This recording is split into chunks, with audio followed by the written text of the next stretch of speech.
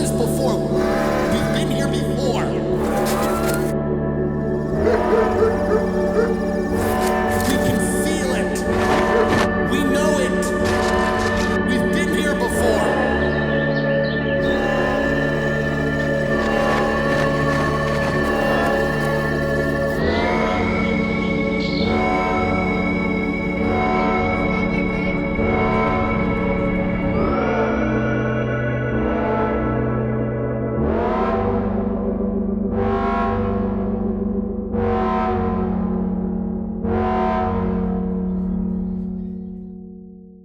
Why does power corrupt?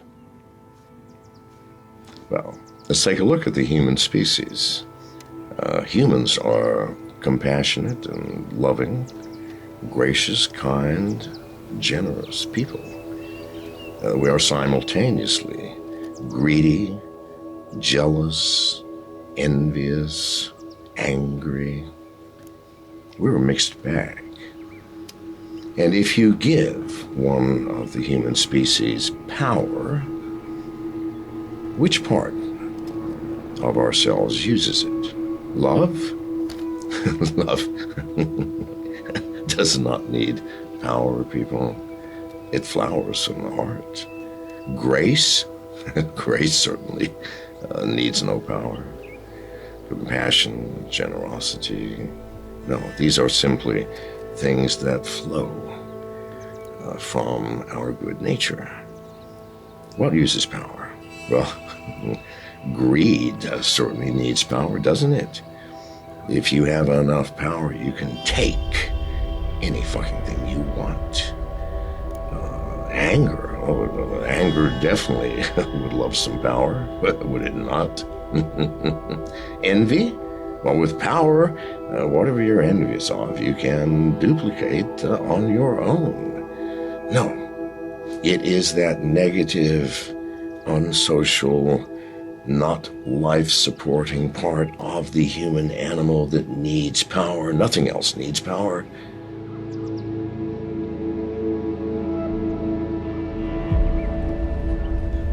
Sigama. Te vraiment on va brevedir isto sinemahan tetke. Enge und et geniando sdogsique pukula namen bremenesto. Stellogla hamalana lelo lendile enkren in stelest karatak. The movement of the Spirit of God that has been prayed over, called down, cried over, died over, sought after. People crying for the lives of other people throughout this entire North American continent, but most especially in these territories and in these places in which we sit tonight.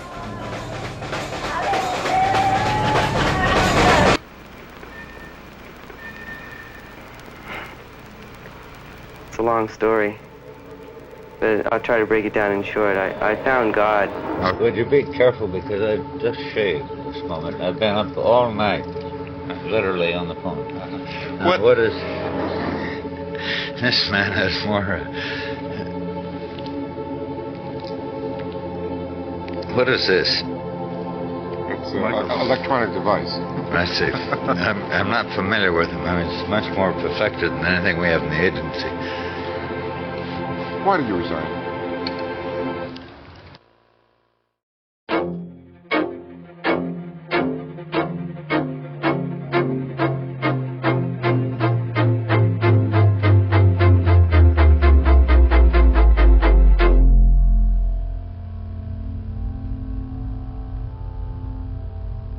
Can I tell you a little story? Please. When I came here, one journalist said, anybody dumb enough to accept the job is too dumb to do it. He got a great laugh from people, because it's a kind of a funny line, let's face it. But God, I said to myself, how sad for our country when we're facing some tough opposition in this world. to take such a cynical view of intelligence in the 1976 time. He got his laugh, and I got my little hurt inside from it, but it made me determined that I'm going to approach this job with pride, and they can have all the jokes they want on television about the CIA. It's vital to the national security of the United States. And I feel so dedicated and strongly about it that I just wanted to wedge that in, apropos of no question you've asked.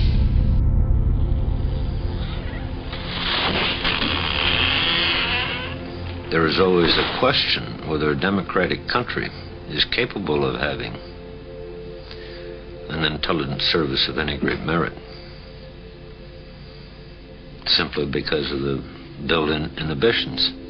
It usually takes a national crisis or a Pearl Harbor for people then understand what survival means. But you don't have to be a great or large or wealthy country to have a good intelligence service. As long as you have the norms, as long as you have the disciplines, as long as you have the motivation, the singleness of purpose, you can be a small service, have one great penetration, and you can move the world.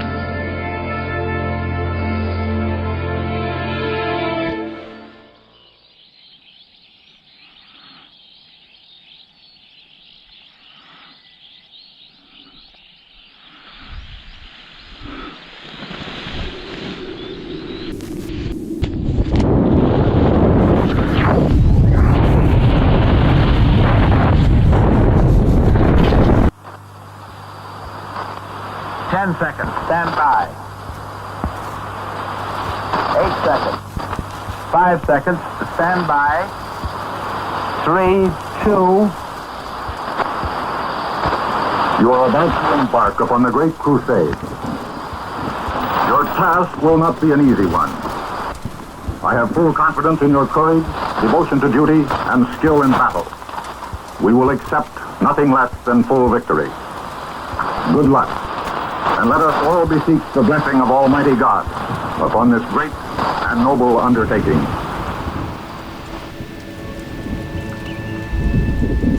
The deep state is a conspiracy theory it's defined as the people within the U.S. government and military who are in secret control of government policy. Secret? Please, people. The deep state is those people within the U.S. government that are career employees that cannot be fired by people that we elect by the Congress or the President. The NSA is spying on us. The CIA is spying on us. All 16 government covert agencies have technology that is beyond belief, that can listen to our phone conversations. Just drive down the street in any city and look at the cameras. Thousands of them. 15 or 20 per block, movable, that can watch you as you are moving, can recognize your face. We've lost it. And without privacy, we don't have our humanity. I want some privacy to do the things that we as human beings need privacy for. And we're losing that. We're losing that to a great extent. And it's not just the NSA, by the way, that is spying on us. I mean, the NSA was the one that was first outed by Edward Snowden. But I can guarantee you that all other covert government agencies, of which there are more than 15, are doing the same thing. The CIA, the FBI, military intelligence. We know it's happening. And that alarms me. It truly alarms me. It's not what we created government for. We didn't create a government that could watch over us and keep us safe from ourselves. We created a government so that it could provide facilities to make life reasonable. Well, the politicians own the army, so they sent 42 soldiers in riot gear, shot my dog in front of my eyes, destroyed my laboratory, kept me handcuffed in the sun for 14 hours with my hands behind my back. Scene 1001, take 1. All right, sir, you were going to tell us a story.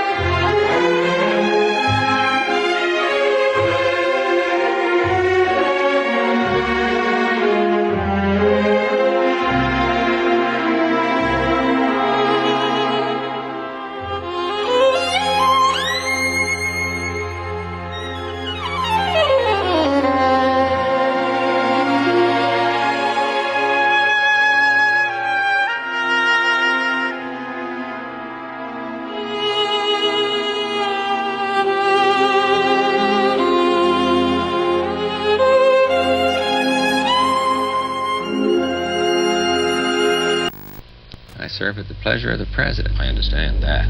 How long you I'm going to stay as long as the president wants me to stay, Mike. There's no politics in this thing for me. Good heavens. You'd have to be hallucinating to think there was any political mileage in this kind of a job.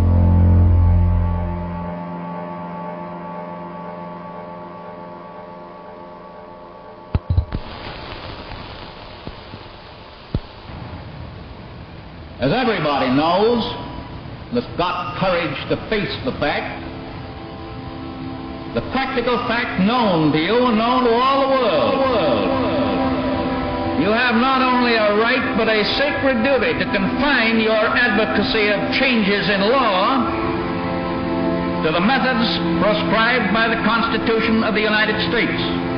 And you have no American right, by act or deed of any kind, to subvert the government and the Constitution of this nation.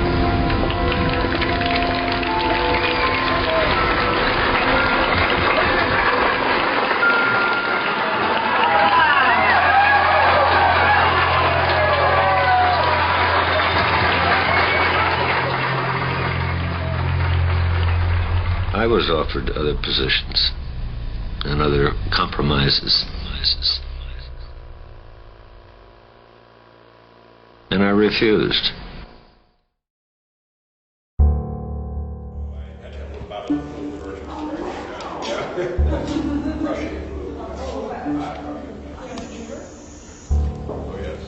How long were you actually gone? About 2.5 weeks, I guess. They're taking your picture. She looks very professional. I have invented an expression, the say-do. All you have to do is say it, you get lots of applause, you hear that all the time from the executive branch, and you do nothing, but you already have the credit. It's a very interesting phenomenon that no one ever follows up. And I see this petty trick going on all the time. People say something and the newspapers laud them before they've done a damn thing, and then they never do it. Then they go on to some other say-do thing, and they get more credit. And pretty soon they become important public figures who are always saving taxpayers' money. And yet I've never seen any of them try it.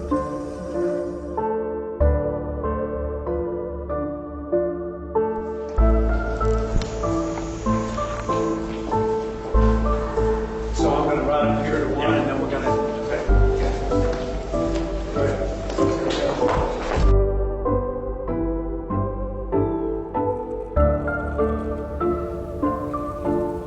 Well, no, I can't really say. I think I had them pretty well in line. But Merv, if I had to feel, after and as I learned later how close it was, I had to realize that any time I've got left, I owe to him.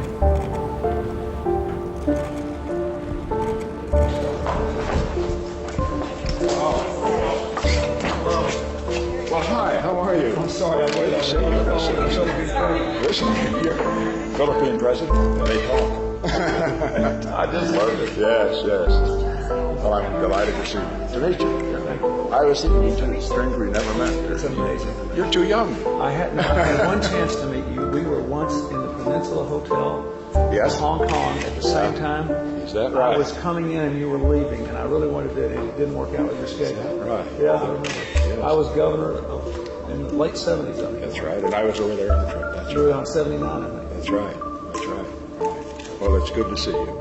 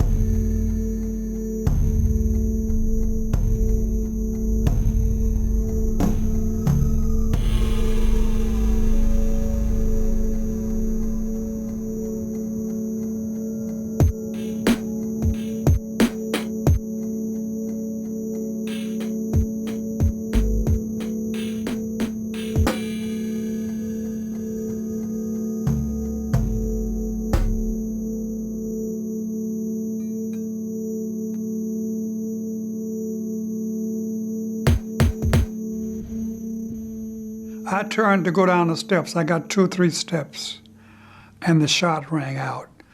Kapow! Oh, freedom. Hit him in the side of his face, knocked him to the floor, knocked one of his shoes off. So I'm having a nightmare. But the nightmare was that it was real. That was the nightmare. Oh, freedom. Blood was everywhere, gushing from his face. So much blood. I ran in the room to call an ambulance. Oh, freedom. The ambulance came and took him where I told him to. And we waited. And we waited. And we waited. They never said he died. Never said that. Never used. We said we lost him. We lost him. All the places I could have been, all the places he could have been. Why was I there at that moment in time? Oh, freedom, freedom. Oh, freedom. Oh, freedom over me. Over me. And before I be a slave, I'll be buried in my own grave. And go home to my Lord and be free. Furthermore, the FBI will continue to be objective in its investigation. Will you release all of them, or at least as many as you can? We will release everything we are legally permitted to do so. We are continuing to work with the House on the subpoena request. We have substantially complied with it, but we will continue to release whatever we are legally permitted to do so. Okay. I strongly encourage you to do that. Cash, this issue's not going to go away. I would put it to you in this fashion, that during the war I saw many services whose countries were occupied and overrun, their files violated, their officials humiliated, their agents exposed, trying to bring themselves back together again, and many never did.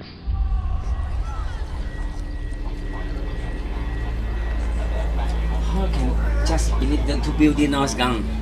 Did you see it collapse? Yeah, no, I don't see that. Just went. Just 1 second. Yeah, it looked like. Just smoking. Yeah, it looked like, you see in the movies when they demolish a building. Exactly. That's how it went down. How did he? The bone is stronger. The bone in here. Oh yeah. The plane. Very, very strong. How can destroy this big building in here?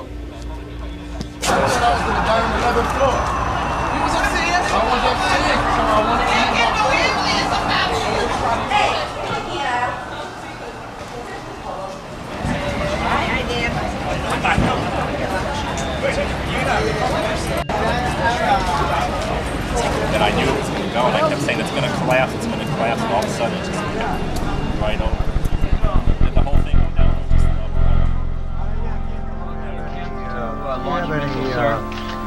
We've had reports of missile launches, but none of them have been confirmed. What about the Scuds in western Iraq at those air bases on the border? Have you got any reading on that? Are those fairly high priority targets? Yes, they are a fairly high priority target. And how'd you do it? I'm not prepared to say how we did or what we've done so far. I'll follow up on that. At the end of this operation, this phase of the operation, when you get a little better picture, and could you come back or have one of your staff come back and give us a briefing? You'll be getting regular briefings, and we'll be, as the Secretary said, we're going to be as forthcoming as we possibly can, while at the same time preserving operational security. To do that, we are now engaged in the process of deploying millions of our armed forces, a military and naval feat unequaled in all history. Substantial portions of Japan's key industrial centers have been leveled to the ground in a series of record incendiary raids. What has already happened to Tokyo will happen to every Japanese city whose industries feed the Japanese war machine.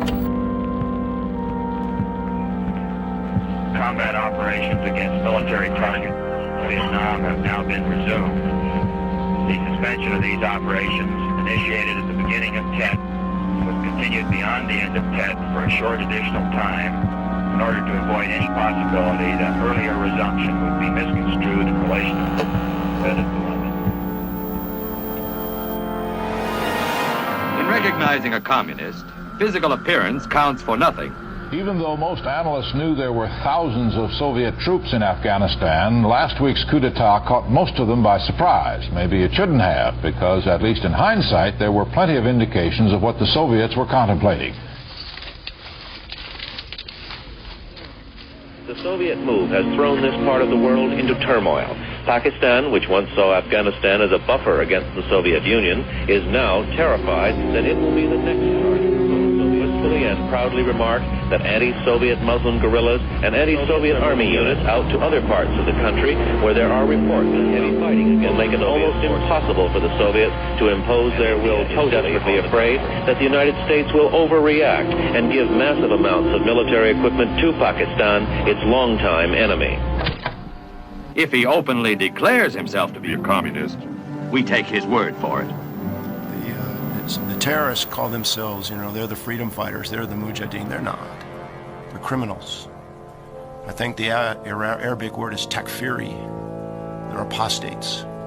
They hide behind Islam. They sell drugs. They kill innocent people. That's not what Islam is.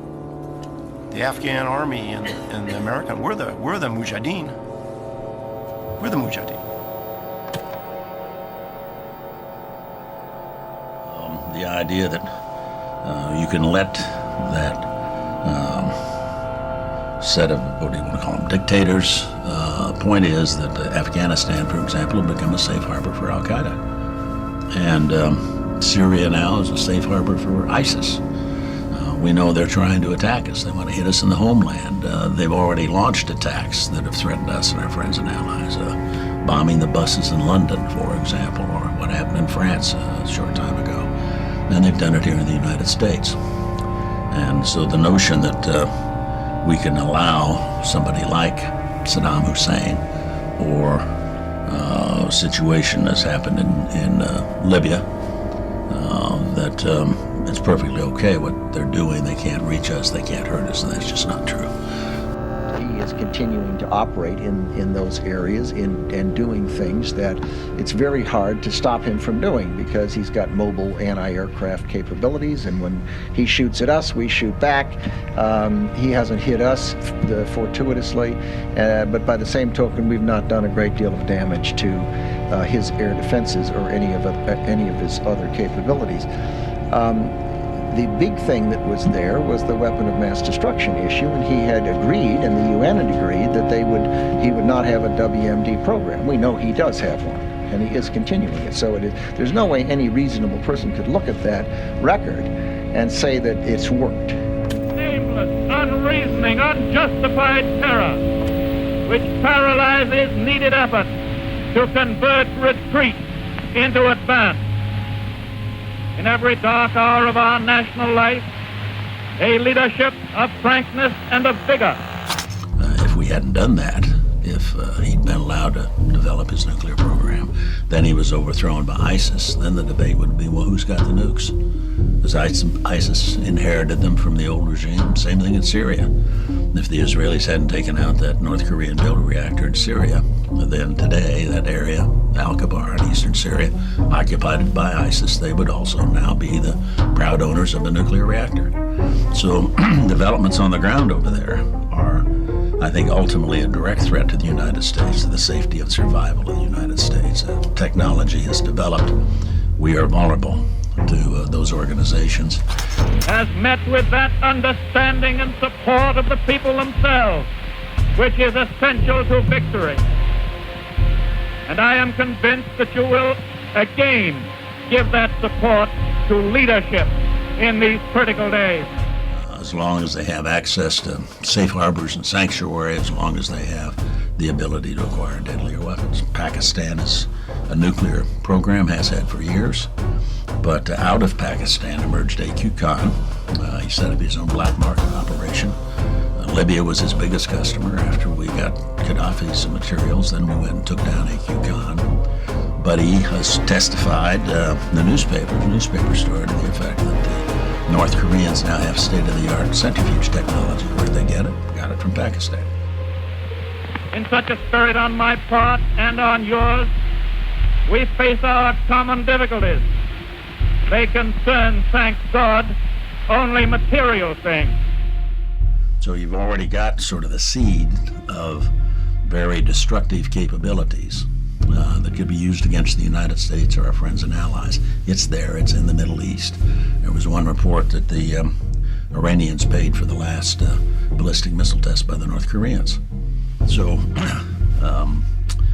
the ability for us to say, well, it's okay if Saddam stays in power, he's going to mess with weapons of mass destruction. And he had before. You can argue about how much was there when we went in 2003, but there's no question he's been involved previously, that he's had them and used them. Or the Libyan program, or the Iranian program, or the Pakistani program. It's a place we have to be involved.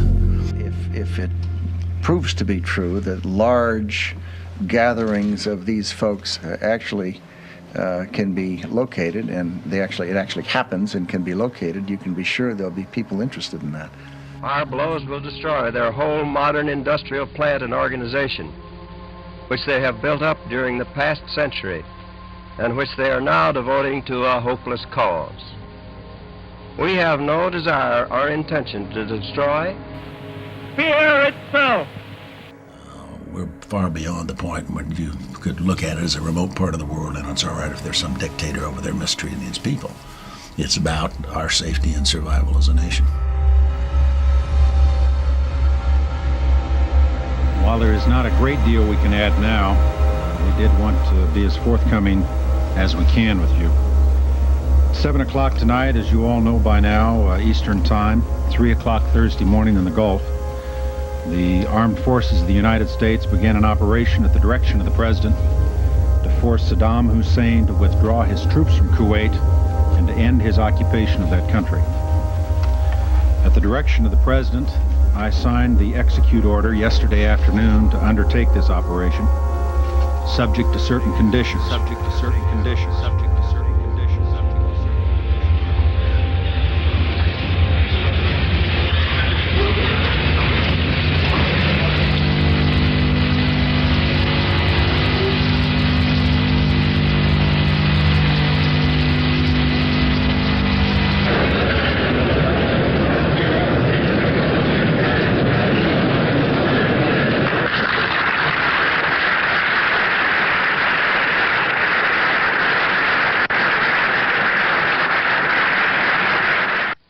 This is the first time since taking the oath of office that I felt an issue was so important, so threatening, that it warranted talking directly with you, the American people.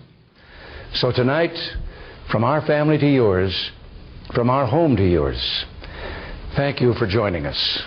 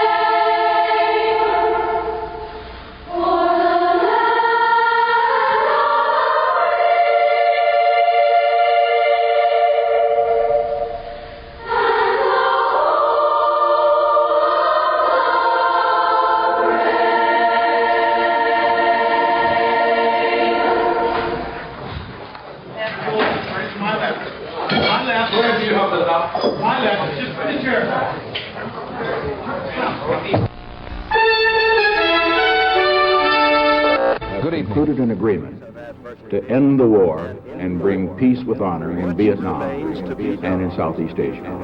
The victory won in the military power from Afghanistan is complete. The last of Russia's regular army invasion force is out. Fear and uncertainty. By the next day, the Iraqis were fleeing Kuwait. The first war with Iraq of his men across the border, leaving the communist Afghan regime alone.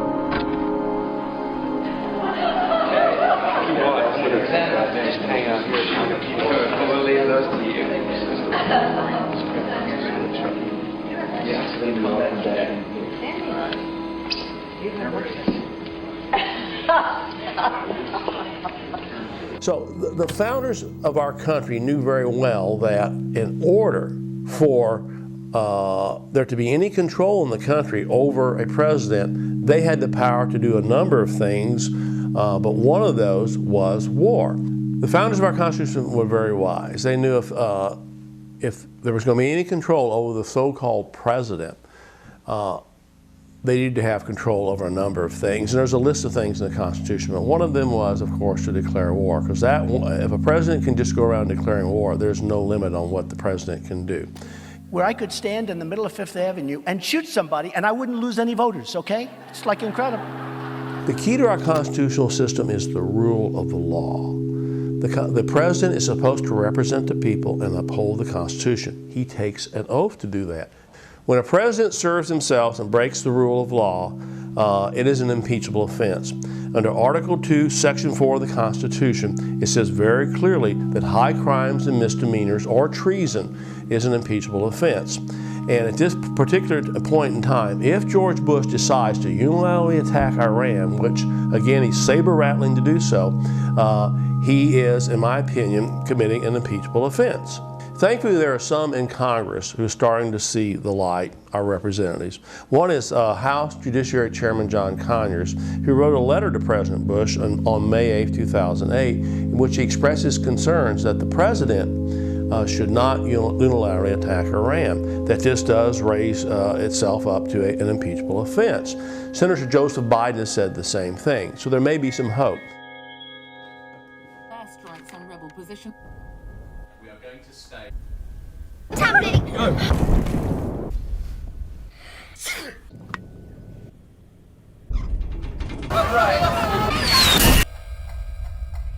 Will you release all of them, or at least as many as you can? We will release everything we are legally permitted to do so. We are continuing to work with the House on the subpoena request. We have substantially complied with it, but we will continue to release whatever we are legally permitted to do so. Okay. I strongly encourage you to do that. Cash, this issue's not going to go away.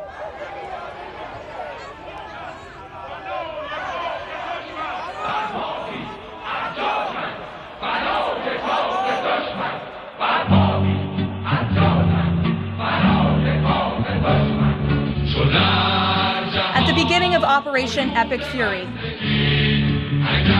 President Trump laid out clear objectives to the American people on what the U.S. military seeks to accomplish through these major combat operations.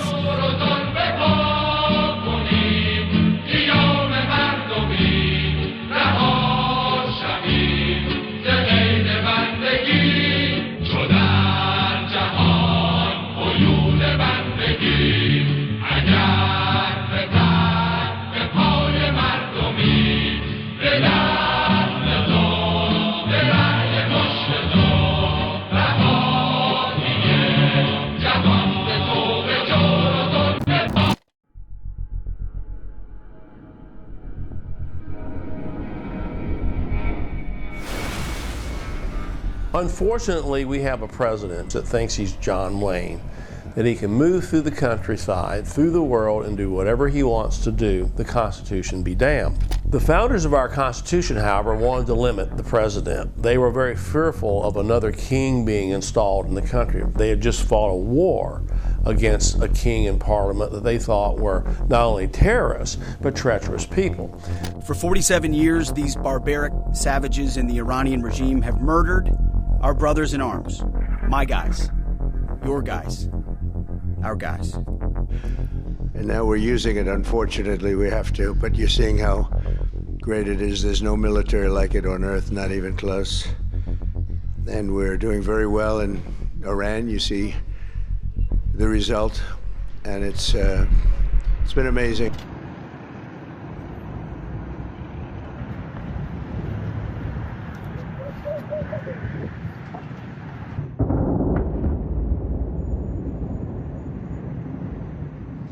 No, the future of Iran is going to be determined by the Iranian people. The new Iran, whatever it is. The United States emerged as the most powerful nation on earth. But from the rubble rose a strange new world, a peace that was not peace, and a war that was not war. You know, we'll stay around the country for 15 years, just bomb the hell out of everybody, make everybody miserable. Nobody knows why we're there, you know, the wars that never end. So they wanted to make sure when they wrote the Constitution, the president would not be able to go about the world to in any way install a unilateral empirical presidency.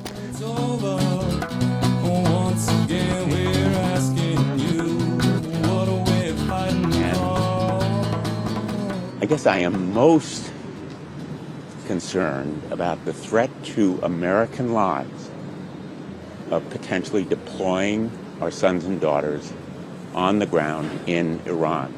We seem to be on a path toward deploying American troops on the ground in Iran to accomplish any of the potential objectives here.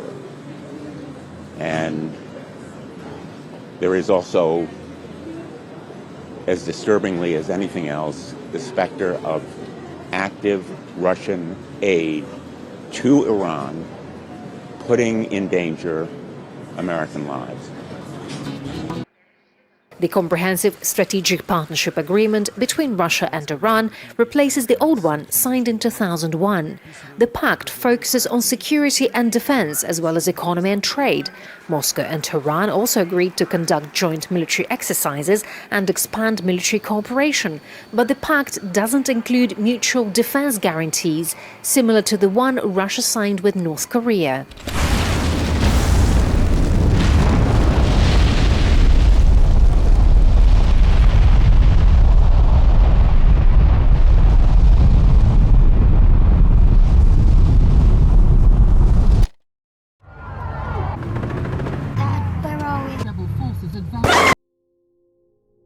But that's exactly what George Bush has tried to do, and he's done it very effectively.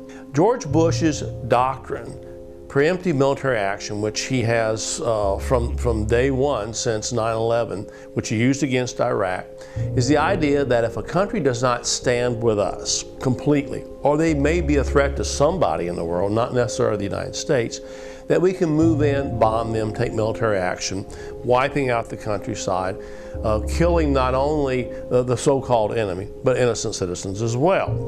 But in our Constitution, in Article 1, Section 8, it says very clearly that only Congress has the power to declare war. And that's before we showed off our military strength with Venezuela and now with Iran. You know, Iran was supposed to be this big, powerful country. We wrapped the hell out of them. And, you know, I don't know when they cry uncle, but, and if we not done this one where we said, nope, it's time to go in, we have to go in, have no choice. Number one, if we didn't go in, they would have come in after us, because I see the Democrats trying to justify it, and they're failing because the voter on the street is saying, you gotta be kidding. But I see where they're going, where they're always saying, no, there was no reason. Well, I'll give you the best reason of all. Within a week, if they were going to attack us, 100%. They were ready. They had all these missiles, far more than anyone thought. Tonight I can report to the world that the strikes were a spectacular military success.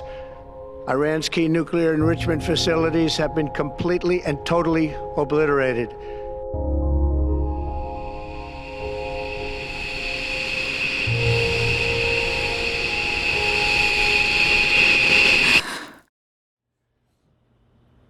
As they salute, it would indicate that the first of the transfer cases is coming off of the C-17. We pray that God blesses the families of the fallen here. And we pray that our nation reminds themselves to be grateful for the sacrifices that are made in the defense of this great nation. Yeah, it's a reminder that freedom is not free.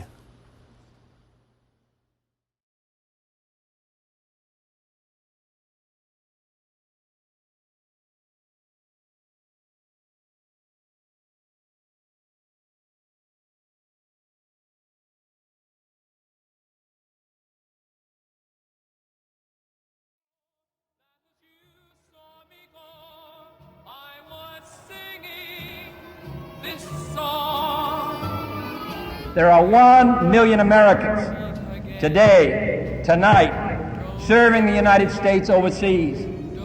No country in the history of the world has had so many of its sons serving outside of its borders, not for the purpose of conquest, but for the maintenance of freedom.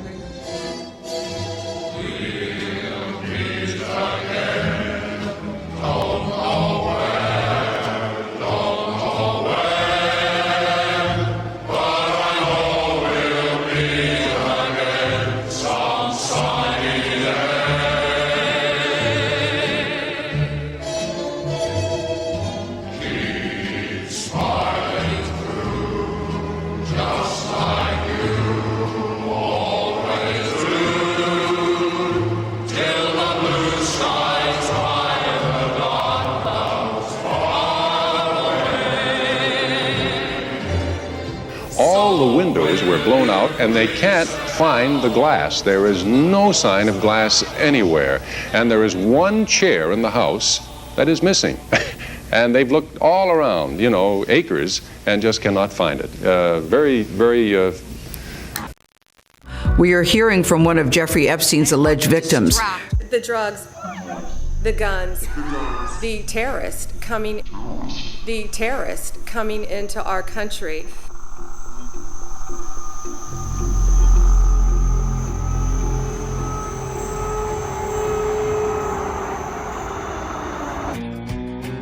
And a little bit of chicken. These are the stakes. To make a world in which all of God's children can live, or to go into the dark. We must either love each other, or we must...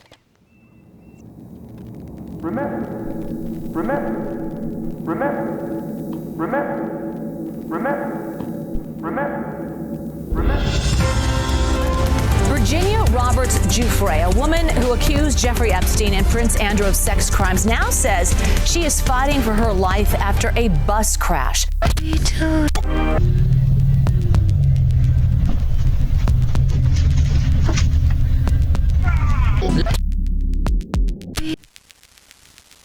So at this point, Jules, still unclear where the accident happened, but I can tell you that in 2022, the BBC reported that Giuffre lived in Australia with her husband and 3 children. Her brother telling the mag, "I do think that the bus crash in some way, shape, or form saved her life. It could have been a blessing in disguise." Remember,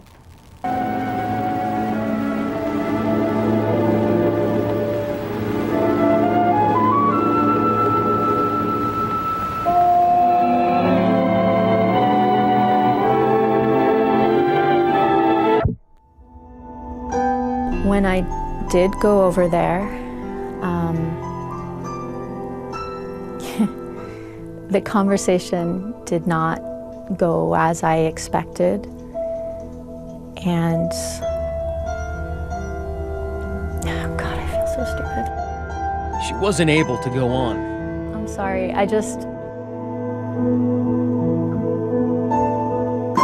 he brought me, he went into the other room and he brought me 2 pills and a glass of orange juice. It tasted foul. She says he drugged her with that juice and then...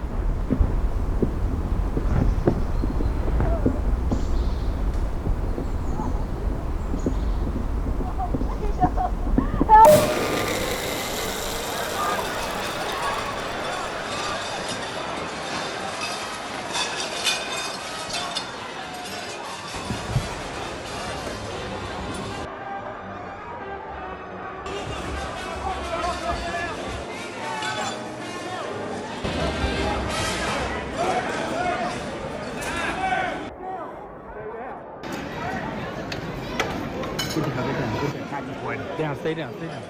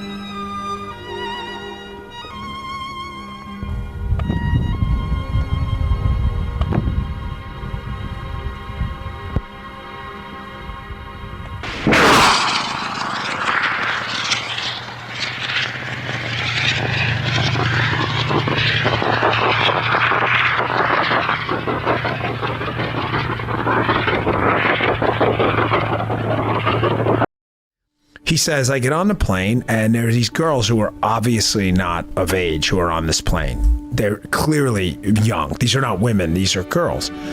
And he says, I see Clinton like disappear into the back. We'll see if those names pan out. Now, earlier today, President Trump's deputy FBI director, Dan Bongino, posted something cryptic on X saying, I'll never be the same after learning what I've learned. I know it's hard work. We're going to conduct these righteous and proper investigations by the book and in accordance with the law. We are going to get the answers we all deserve. When we look at the Epstein files have been released. Fox News senior national correspondent Kevin Corke has been pouring through all the documents. Kevin, what can you tell us? Evening, Laura. I don't want to oversell this because I don't think there's a whole lot to sell, at least so far. We'll probably learn a lot more. But the notion of a list, a single list that contains all these names, isn't something that I think likely exists.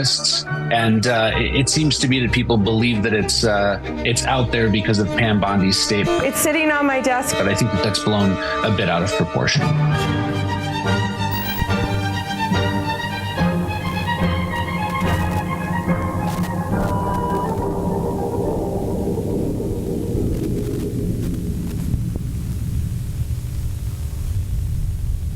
Before you were trying to make a threat. Now she can talk her head off and no one will believe her. If we can encourage her to talk, convince her husband that she's insane, we can keep her here as long as it suits us. Then have her committed.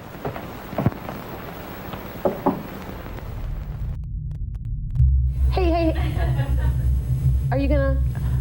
Do you have cheesy footage of her? Well, I don't know if you'd call it cheesy, but I don't know how many of you remember.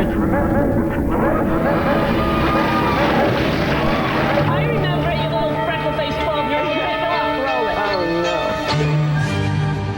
Do I regret the fact that he has quite obviously conducted himself in a manner unbecoming? Yes. Unbecoming? He was a sex offender. Yeah, I'm sorry, I'm being polite, in the sense that he was a sex offender. Look, the Epstein stuff is serious stuff. It is. We're talking about children. We're talking about sexual abuse. Absolutely. And remember, we're talking about a number of different potential crime scenes and videos that have been collected. One of the big differences, I think, now compared to the past 4 years is now there seems to be a real aggressive action toward transparency, as we've been talking about all morning long. I do want to know whether he ever worked for a American or foreign intelligence agency. The former Labor Secretary, who was Miami U.S. Attorney Alex Costa, he allegedly said that he did work for an intelligence agency. So there has been reporting to that effect. So could you resolve whether or not he did, and also could you say why there was a minute missing from the jailhouse tape? Because both were edited in Premiere Pro. Now, it isn't clear exactly what was edited, but expert forensic analysts who spoke to Wired said the footage wouldn't stand up in court, had 1 minute, no wait, actually 3 minutes missing, and now there are reports that the DOJ has the full footage, but just hasn't released it. The video of the cell, and you're going to see for yourself. And we will never be able to convince everyone. Okay, let's get into that. So CIA does not operate the way most people think that CIA operates. And CIA would never have the legal jurisdiction or the memorandum to Washington incentive to spy on an American president. But do they have the Epstein papers? I don't think there was a single document that hasn't been sitting on my computer for 6 years. It was a completely bogus exercise. And actually what was significant was the documents released by Trump's Justice Department were heavily redacted. I don't want to oversell this because I don't think there's a whole lot to sell, at least so far. We'll probably learn a lot more. Will you release all of them, or at least as many as you can? We will release everything we are legally permitted to do so. We are continuing to work with the House on the subpoena request. We have substantially complied with it, but we will continue to release whatever we are legally permitted to do so. Okay. I strongly encourage you to do that. Cash, this issue's not going to go away.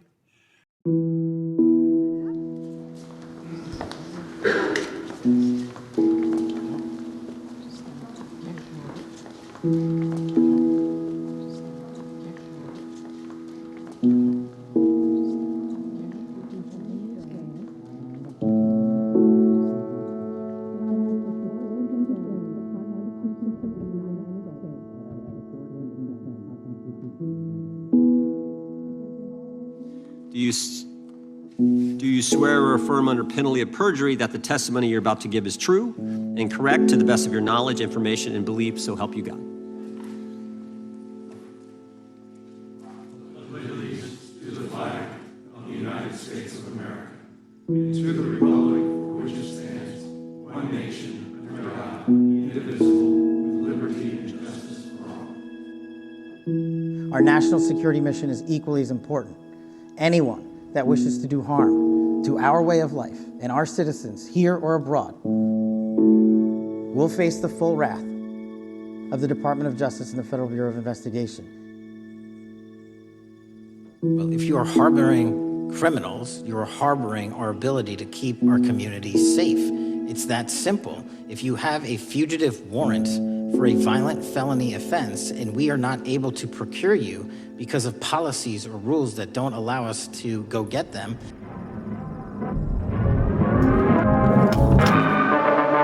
It is not enough to know how to fire the guns. Each special agent is also taught how they are put together and how to care for and service them. Tom must remember always the importance of the weapon that is in his hands and service it.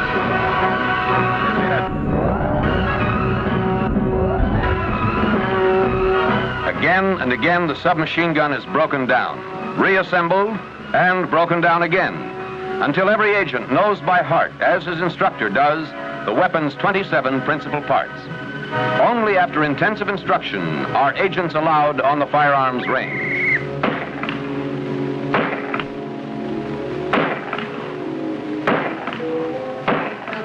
They can put me in the death house, and with active alignment and wholehearted cooperation of local law enforcement agencies for the Federal Bureau of Investigation to carry on a successful campaign of detection and apprehension of the most deadly characters in the history of American criminality.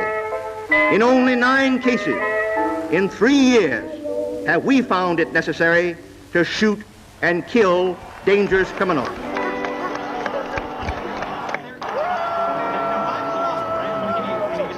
Do you know how many mass shooters there have been in America over the last 10 years? Counting or not counting gang violence?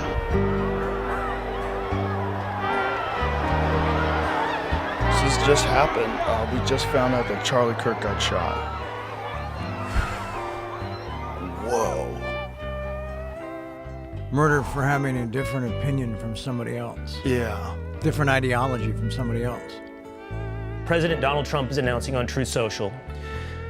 The great and even legendary Charlie Kirk is dead. No one understood or had the heart of the youth in the United States of America better than Charlie. He was loved and admired by all, especially me. And now he's no longer with us. Melania and my sympathies go out to his beautiful wife, Erica, and family. Charlie, we love you. We were really close, and he was my best friend and my brother, and I will never unsee the footage of what I saw, the violence of it. Fuck. Nobody deserves it. He doesn't deserve that. Nobody deserves that. What a horrific thing to see. There's real life stuff going on in this world. And we saw this man speaking in Utah at Utah Valley University. And we saw him struck by a bullet in his neck. So I turned around, like 10 to 20 seconds later after I got done talking to Charlie, I saw that he was shot in the neck and that he was squirting blood everywhere. It's awful, and a father doesn't have his kids anymore. And people have obviously pointed to the irony that the point that I was trying to make is how peaceful life was. He was willing to hear out everyone's point of view and take questions, and debate topics in a civil and political way, as he demonstrated better than anybody. But I haven't said anything about it. I really tried not to say anything about it. First, because I don't really know anything that everyone else doesn't know. I've asked around, but of course, how do you know what the truth is? Charlie Kirk, according to the President of the United States, is dead. I don't really know where you go from here.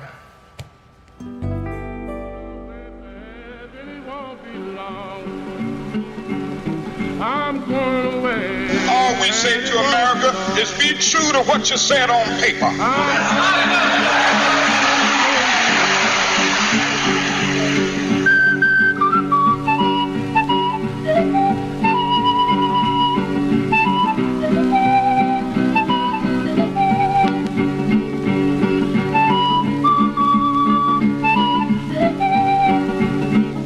Maybe I could understand some of these illegal injunctions. Maybe I could understand the denial of certain basic First Amendment privileges because they haven't committed themselves to that over there.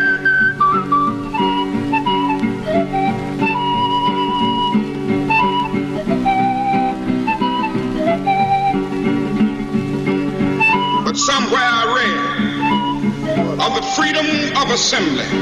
Somewhere I read of the freedom of speech. Somewhere I read of the freedom of press. Somewhere I read that the greatness of America is the right to protest far right.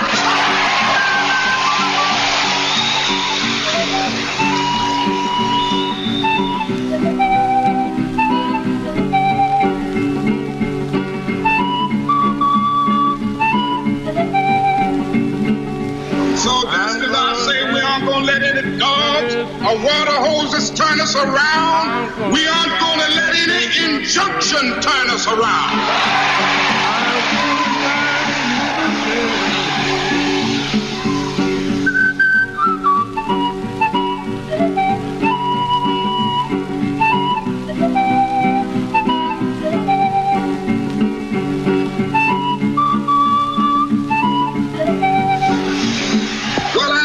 What will happen now? We've got some difficult days ahead. But it really doesn't matter with me now because I've been to the mountaintop. I don't mind.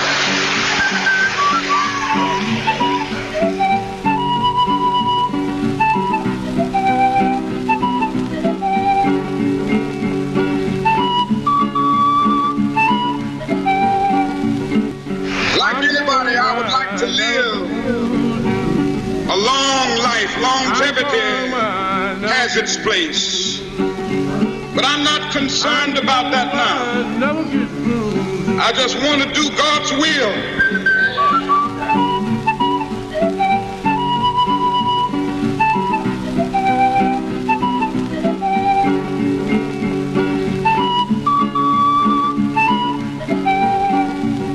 And He's allowed me to go up to the mountain. And I've looked over. And I've seen the promised land. I get there with you.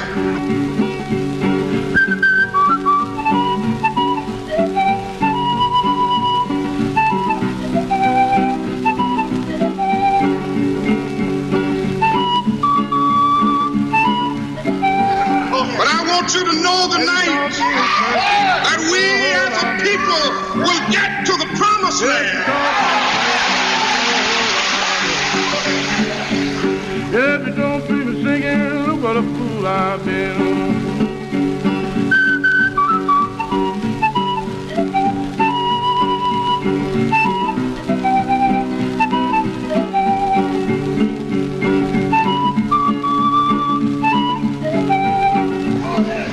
So I'm happy tonight. I'm not worried about anything. I'm not fearing any man. Mine eyes have seen the glory of the coming of the Lord.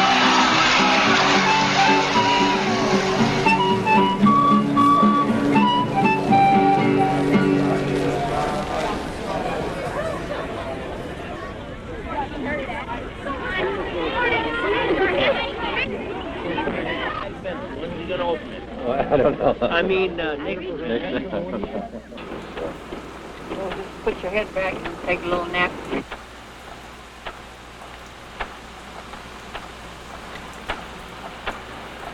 It's a great dream, the dream of becoming President of the United States.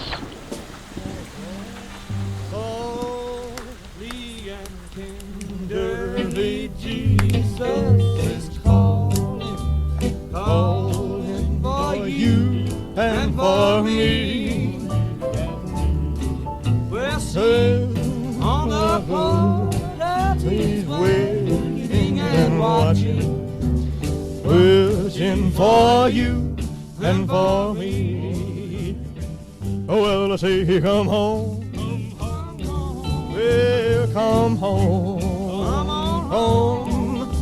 Ye who are weary, come home. Then tenderly, my Jesus is calling. Well, For space science, like nuclear science and all technology, has no conscience of its own. Whether it will become a force for good or ill depends on man. And only if the United States occupies a position of preeminence can we help decide whether this new ocean will be a sea of peace or a new terrifying theater of war. Earnestly, tenderly, my Jesus is calling, calling for you and for me. Yeah, now at the portals he's waiting and watching, watching for you and for me. Oh, well, I say, come home. Yeah, come home.